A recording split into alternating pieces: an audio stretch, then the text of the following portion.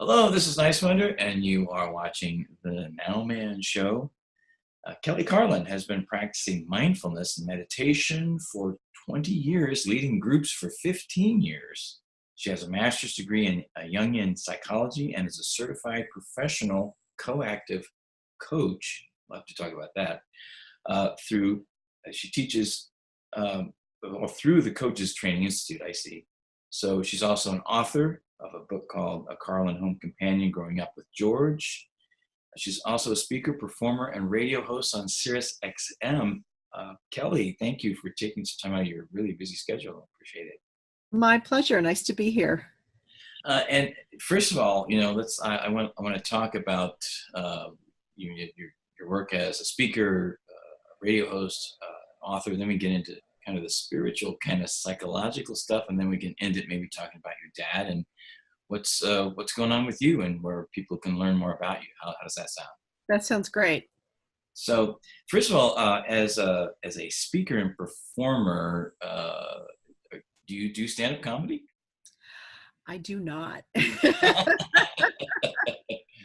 I never had a hunger for it. It wasn't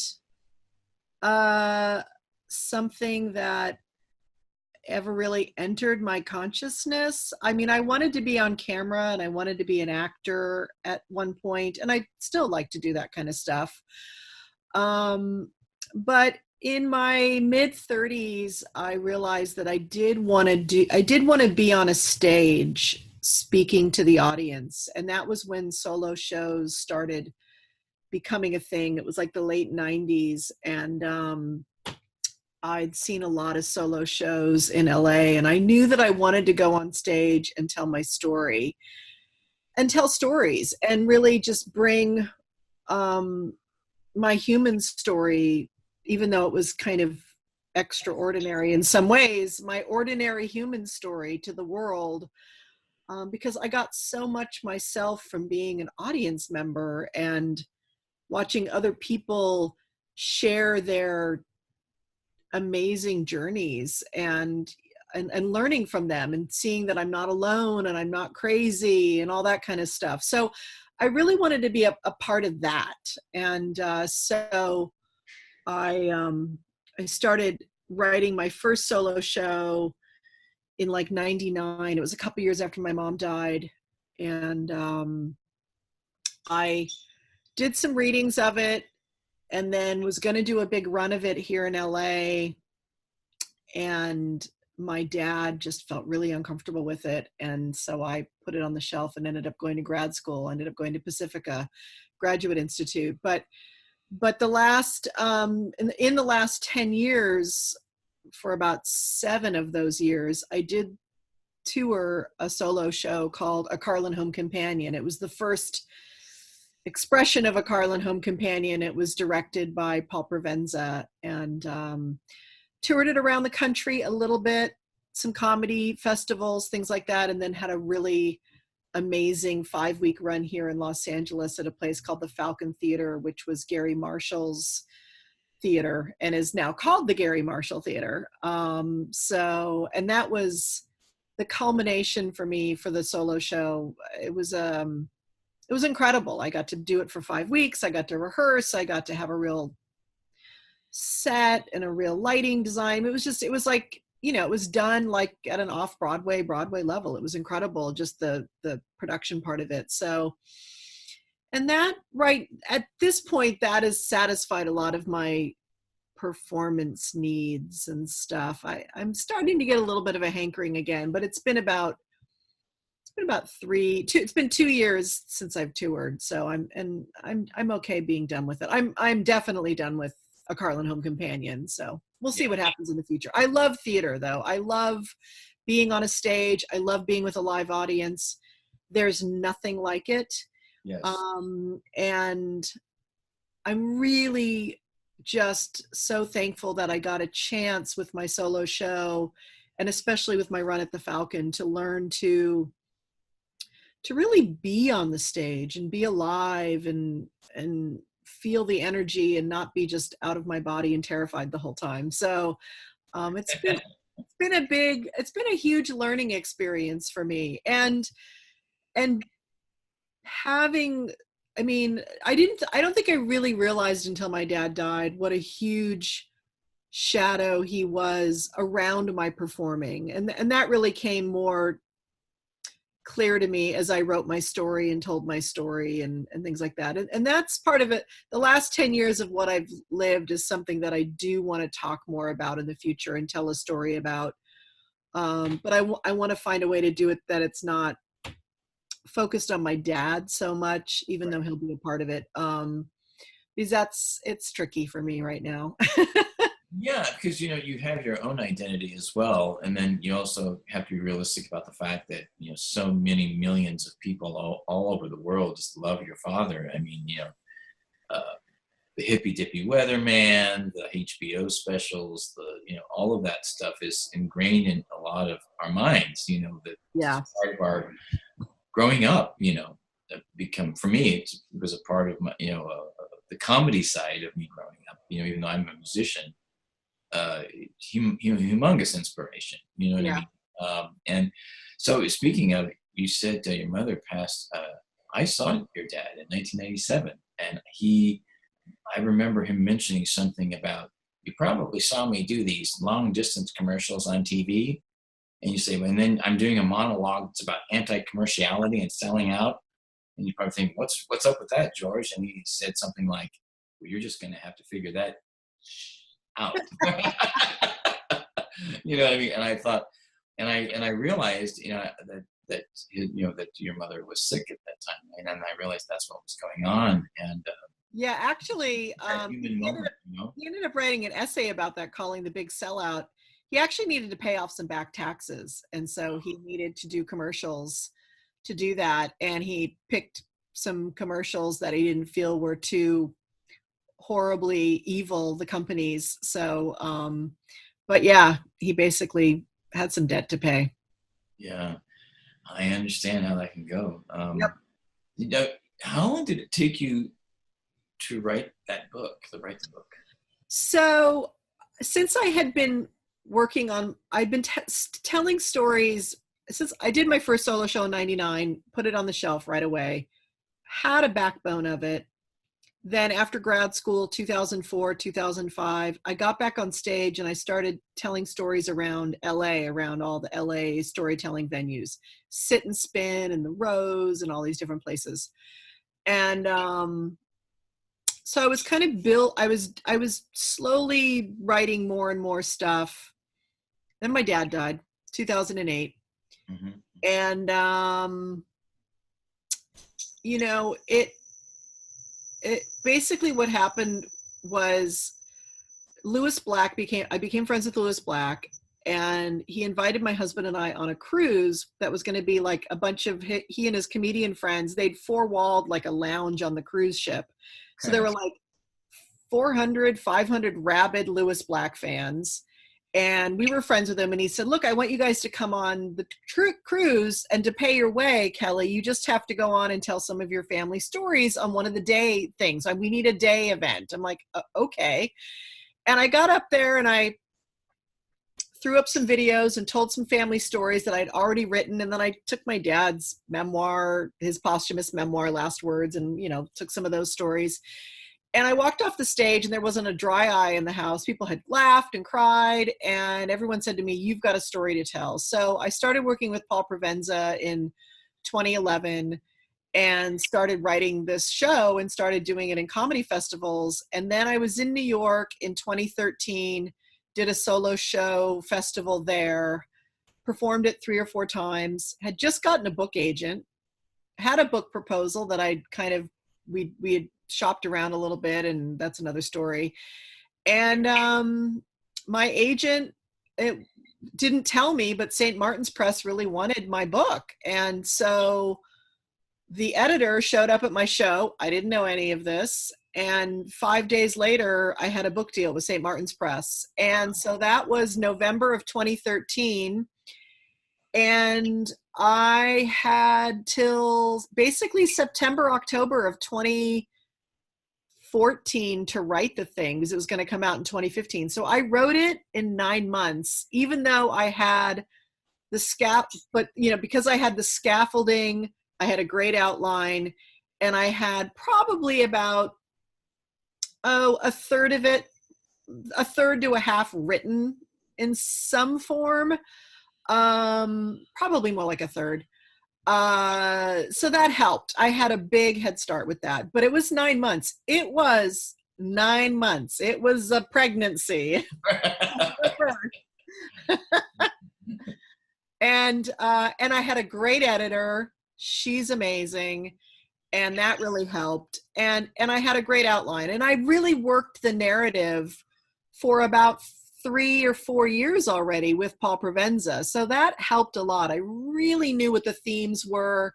I knew what I wanted to say. I knew what I wanted to keep in and what I didn't want to, I knew what the arc was of this particular version of my family's story. I mean, we can all tell probably 10 different versions of our family, but I wanted this one to be about, me finding my voice, my family running into their drug and alcohol issues and the impact of that, but really how love in the end, kept us together and kept us alive and kept us sane and all of that. So it was everyday writing. It was a lot of writing. I understand. I do a lot of writing too, and started as a musician. So, but writing to me has expanded. And I started working on autobiography, and I have one book right there. Called The Universe According to Now Man. And it's just basically a philosophical book. I wrote on the fly in the moment as I went along. So I understand that whole process, and I had to do it, to inspire me, and just like do a television show. I think I'm a lot like your dad in that way. I have to push myself to the max to get major inspiration, and it works. Musician doing a TV show. Anyway, but going on to, we can talk more about your father, but I want to talk about you and your education, because there's also that education component in my life too. That I like to promote, as well as just fun stuff, and we can get into that later. But you went to school and you got a degree. Why a degree in Jungian psychology? Well, I knew that I wanted to after I kind of walked away from this solo show, and I was like, all right, I know that I want to understand enough about the human journey, because I want to talk about my own journey in big ways, but I want to help other people talk about it. And I just wanted to understand, how the hell do we end up like this? and I'm one of the lucky ones. I had gone through a lot. That's why I was motivated to do my solo show. It's why I ultimately wanted to do my show again and write my book, is because I'd gone through a lot and I'd come out the other end. And so I was also really curious about, how do we heal ourselves? How do we restore a sense of wholeness to ourselves, or even have a relationship with wholeness? And I've always been a seeker. Everyone in my family was a seeker, even though my dad was an atheist, and the atheists loved to claim my dad. My dad was definitely an agnostic and totally a seeker. And I knew I just didn't want to get I didn't know. I wanted to do something that was creative, but also really deep and soulful and spiritual, but also had a little bit of practicality to it, strangely enough. And so I found this place. I'd already known about it, but this place, Pacifica Graduate Institute, it's up in Montecito, Carpinteria, Santa Barbara area. And they have a slew of things. They teach mythology and Jungian depth psychology and all of this. And I went for the master's program, the master's program, because you could get an MFT if you needed to and become a therapist and all that kind of stuff. So that was the practical side.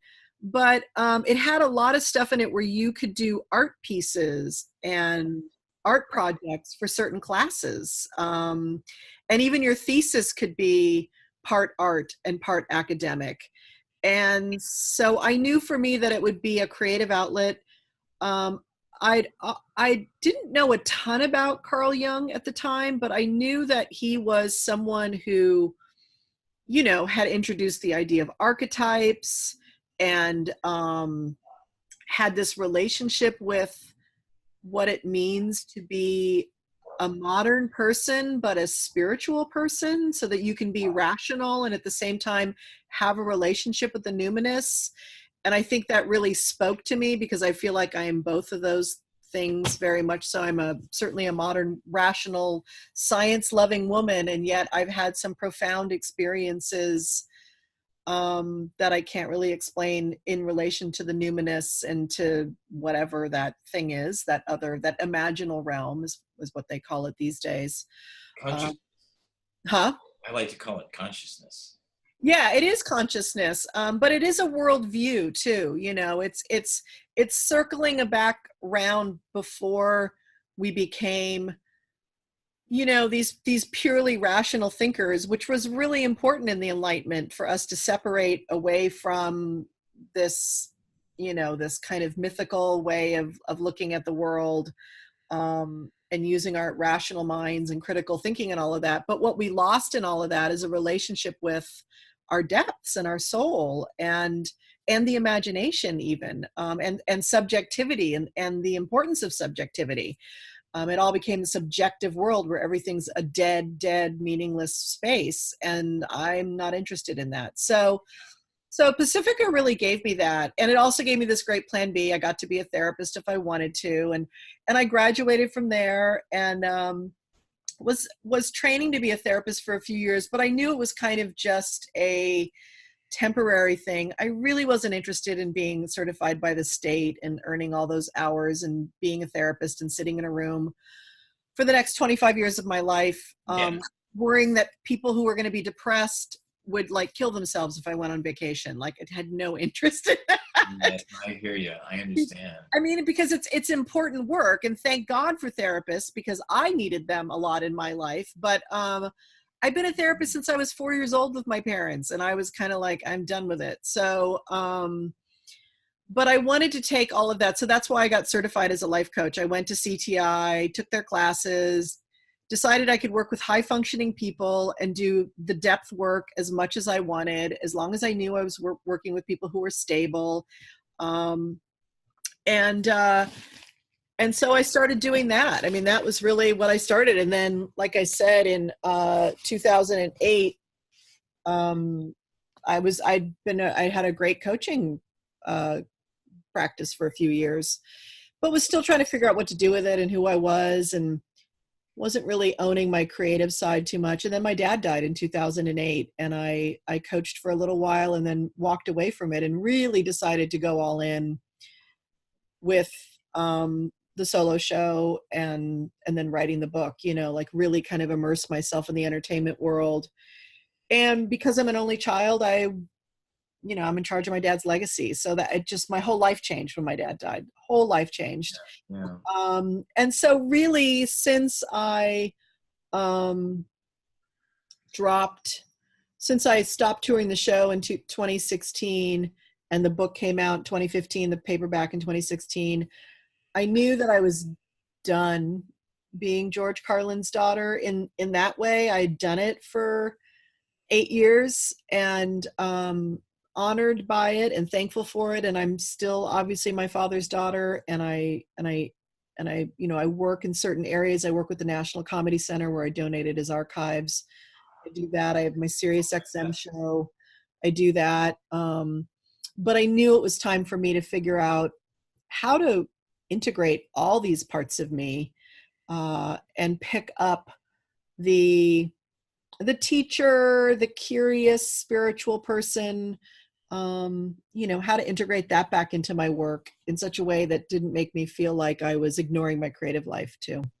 Oh, I'm on a similar page right now, actually. That's fantastic. I'm a preacher's kid, but didn't want to go that route. That was not me. And I knew that early on, and I didn't want to hurt my parents. But I discovered more deeper things, actually, from a friend of mine's mother, who was brought over here during World War II from Europe, actually juggled for Hitler, who gave her a box of chocolates, and she threw it away. And she told me, and she was 21 years old or something at that time, and she said, if I'd have held on to that, I'd probably be a millionaire now. Yeah, that's funny. She did the scene with Fred Astaire in 1939. but she was the best juggler in the world as a woman, at that time, just an amazing woman. And so she turned me on to some books that still I would consider underground at a time, when you didn't tell people you were reading this kind of stuff.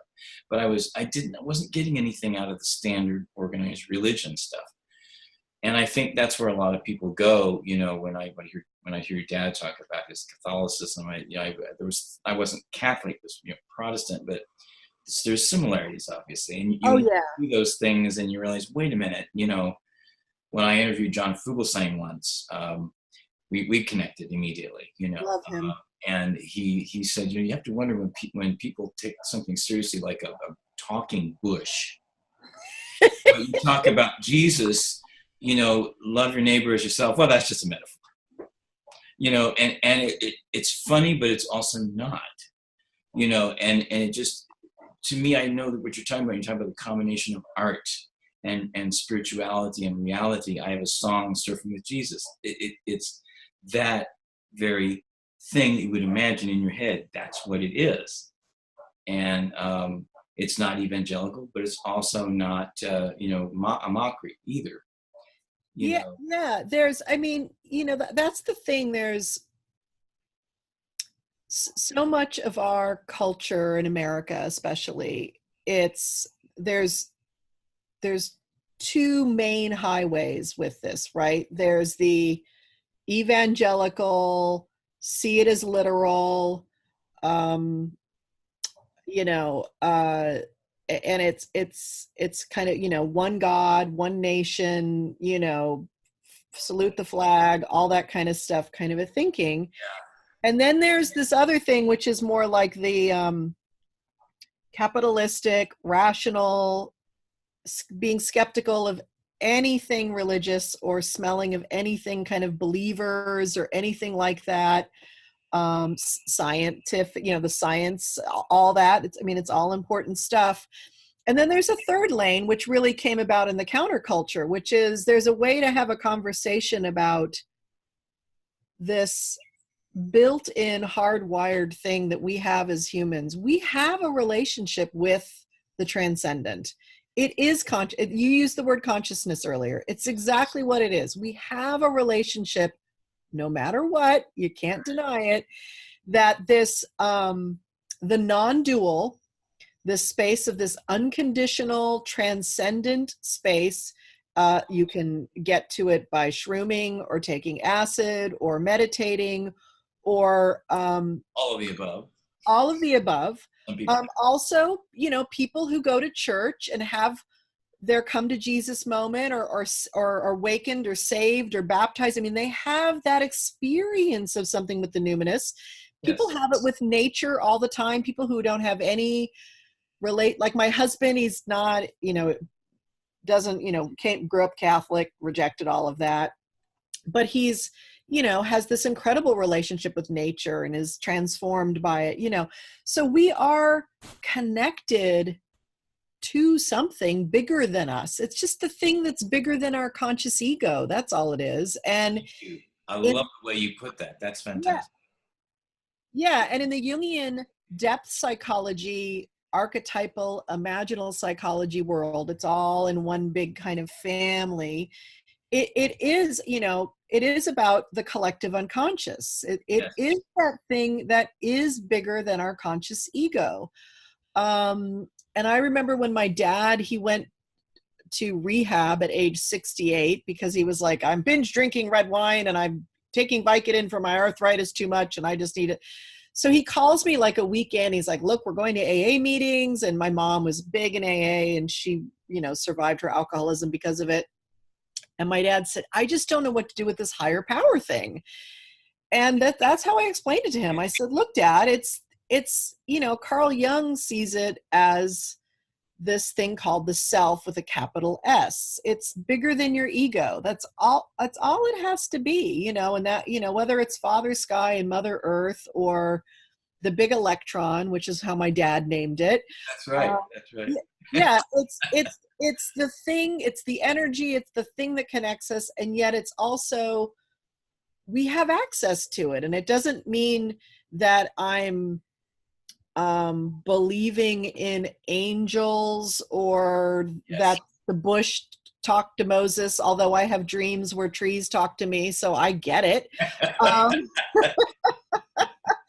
Um, but I don't take it as a, I see it as it's part of the imaginal realm. It's my imagination. It's, Creative process. yes, exactly. It's not magical thinking in the sense that I'm a 3-year-old and I think the tree's really talking to me, Right. but it is a sense of like there is more information than our rational ego minds um want to believe there is. And what I've been moving into lately myself, I mean, I've been a practicing Buddhist for over 20 years, Oh, you basic, are. yeah, basically Zen stuff. Mhm. Started with Thich Nhat Hanh and the mindfulness stuff, and my teacher now is Genpo Roshi, and he works with voice dialogue and all the voices and the transcendent voices. He's amazing.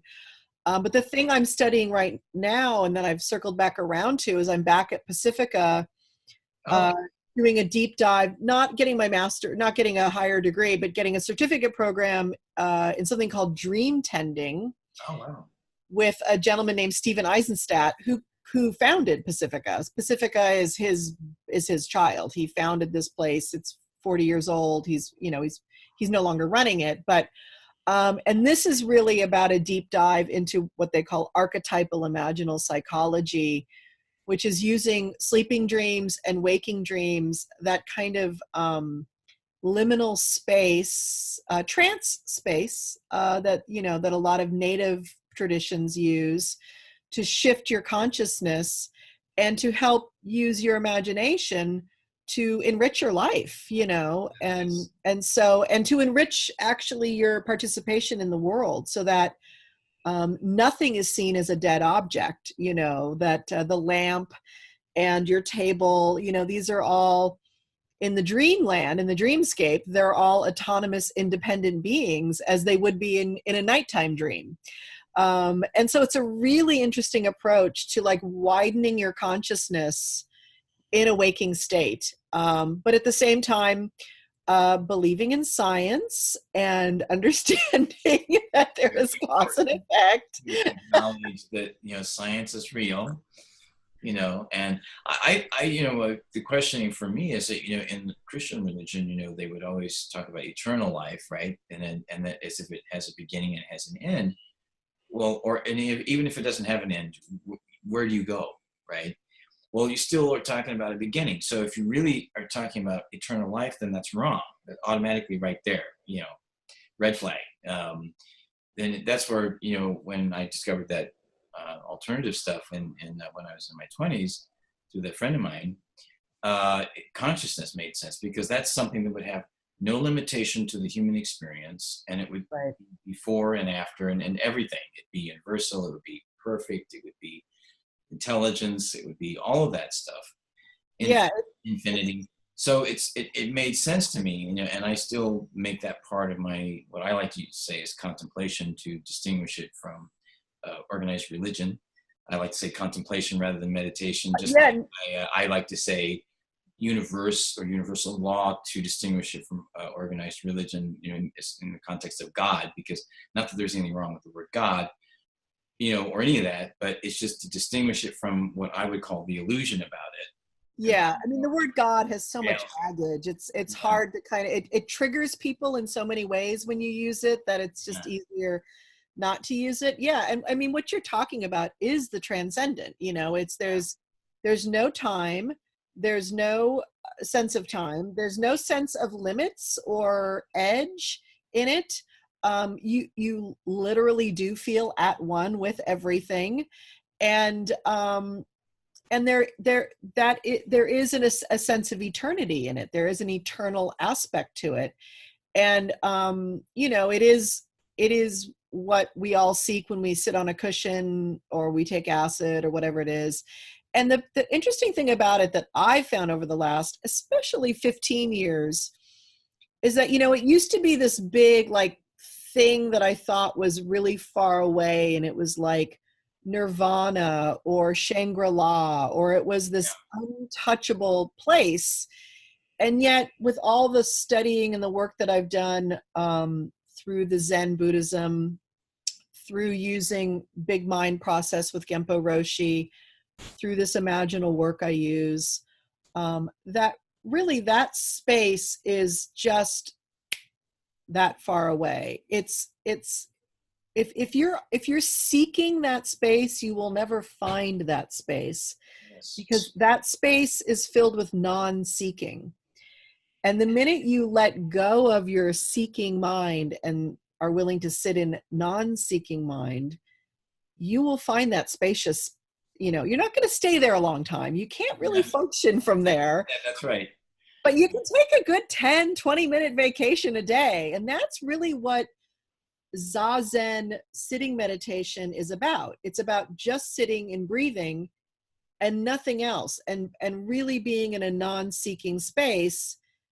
And it is a vacation from the ego. It's a vacation from the madness of the world. And it really does reboot you on so many levels, so that when you do enter back into the time-space continuum, you have a bigger perspective. You've got the 30,000 mile perspective. You still got to put gas in the car and you still got to eat, but it's not magical in any way, but it does help you become less attached to the endless bullshit of life. That's fantastic, because I do want to start to wrap this up, but and I'd love to talk to you more about this kind of stuff, because it's fascinating and I'd like to learn more myself. I'm like a sponge, and when people tell you when you get older you can't be a sponge, that's another illusion. Yes. Right? Although I have some of my peers, I'll leave that alone. But I want to wrap up talking about, I do some work on the show where we talk about current events and tie it in with all different kinds of subjects. And thank you actually for talking about this subject, because I've been thinking about how do I want to introduce this into my show, and it was perfect to be able to do that with this angle and with you. And I thank you so much, because I want to do more of this in a realistic way. And I'll even be in a rap music video later on, probably next year, where I play a politician, like going through a transformation in a spiritual sense, which is very interesting. And that's why I did it. I thought that's fantastic. Now, your father, I actually watched, when I was doing other things, I watched the last interview he did, which he really opened up a lot about. And just like, when he would say things that remind me of what's going on in the world right now. I mean, it's just like 2007, and this is still. It sounds like he's talking yesterday. I know. So, and he talks about the planet is fine, the people are effed. The planet will be here, will go away. The planet will heal. Nobody wants to rock the boat, though. Nobody wants to change anything. We're on a nice downward glide. We squandered a great gift, and all those things are like, oh my gosh, it's true. And Kurt Vonnegut said similar things, like, the Earth is doing just fine, but we're getting rid of ourselves pretty well, something like that. And I thought, what do you think your father would have to say about what's going on right now? I mean, with what I would call a very unenlightened era of our history here in this country, and particularly in even the world at this time, particularly the United States, seems to be extraordinarily unenlightened as far as the political world is concerned. But I find conversations like this and music and cultural things, I'm working cultural and economic transition, because that's where I see the hope. And having conversations like this with people on all levels, celebrities, regular people, homeless people on the street, I don't care. Everyone has a soul.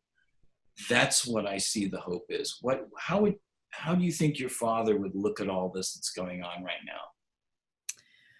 Well, he made a decision, a personal and creative decision, to become the person who disengaged from the species. He decided to walk away from it all. When he did The Planet is Fine, that was in 1992 on his Jammin' in New York show.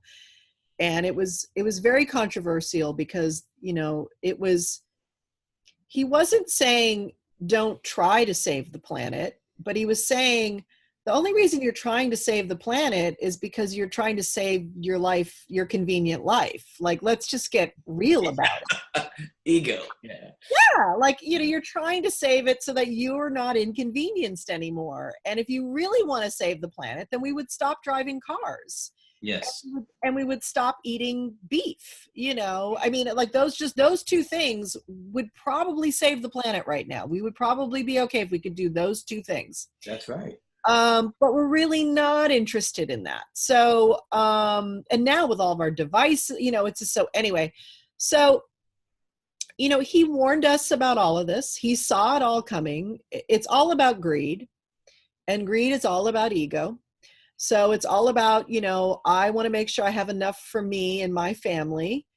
And we really haven't gotten past that. And it's not our fault necessarily. We're hardwired for it. We're hardwired to live in a scarcity mentality.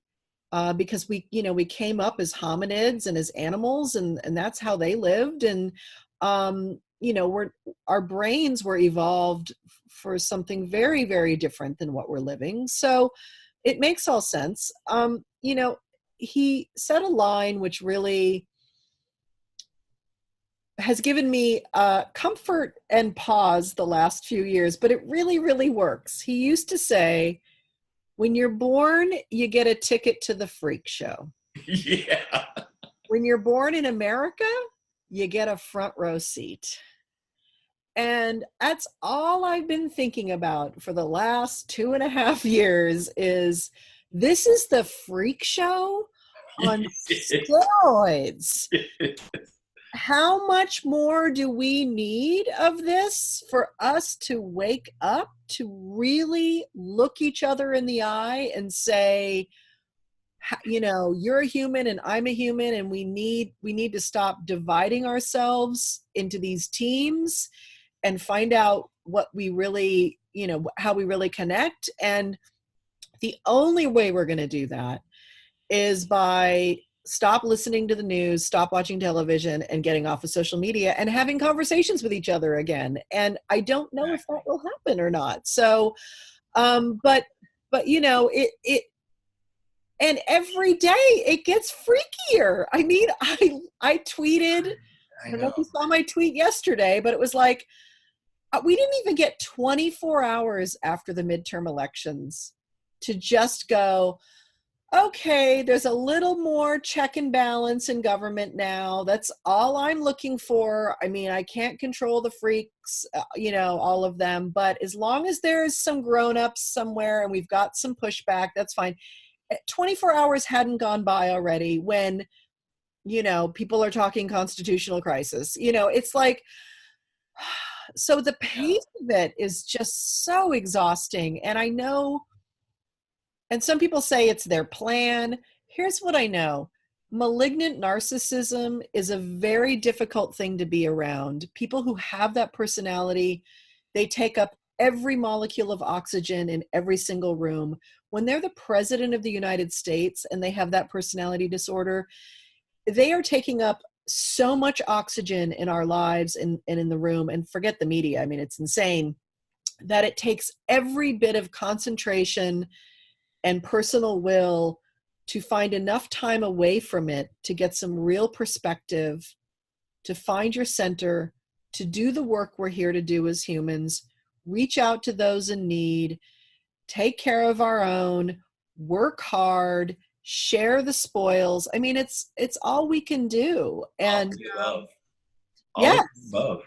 Every bit of it is important. And it is, yeah. Just like I was saying, with connecting, and having these kinds of conversations, we are creating that transition.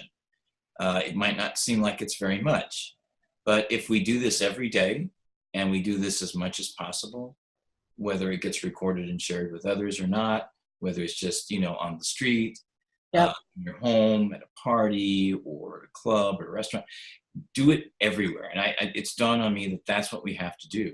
And there's also economic stuff, which I'm aware of, that I can be a part of, and helping to educate people about a different way to think about our system. because we have to even critique capitalism. People don't Absolutely. like it. I'm not apologizing for it. We need to. It's a problem. And there's reasons why, So uh, I'd love to continue this conversation again. Let's do it sometime, maybe in person. And That'd be great. I would love that'd that. be fantastic. Kelly, thank you so much. Tell us where people can learn more about your work. So I have two big things going on right now. One of which is I'm over at Patreon.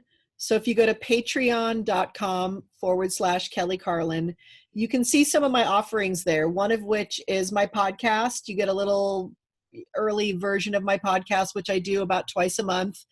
But it's also where you can sign up for my Sunday Unplug, which is my mindfulness meditation, Sunday self-care. You get, almost every Sunday. I take off a couple of weeks here and there. There's also a women's creative thing. So that's my Patreon, which you can support my work and you can be a part of the stuff I'm putting out there in the world right now. And then also right now, I'm also having conversations with women. I'm enrolling a very exclusive program. It's called Women on the Verge, Go Deep to Take the Leap. And it's for women who are in transition, who want something deeper, wider, and more meaningful in the next phase of their life. And it's a year-long program. It's a small, exclusive cohort of women who go through the program with me. And it's profound work. It's life-changing work. It's kind of getting the 2.0 or the 3.0 version of yourself. It's and it touches all areas of your life. And if you go to womenonthevergecoaching.com, you can see that program and sign up to have an appointment with me to talk about the program and how it's a good fit and what you're looking for. So those are my two main areas right now that I'm working in, and my website's up there. But you can also follow me at Kelly_Carlin on Twitter, and Kelly Carlin is here on Instagram. I'm also on Facebook, but I have very mixed feelings about Facebook. So I try to bring people over to my Twitter and my Instagram, which I enjoy a lot more. I visit Facebook because I guess it's a necessity, but I'm not a big fan of their work right now. Yeah, I hear you. I understand. Well, thank you so much. I really appreciate taking the time out today. And let's do this again. I would love to, Daniel. This was really, really great. Thank you so much for inviting me. Thank you so much.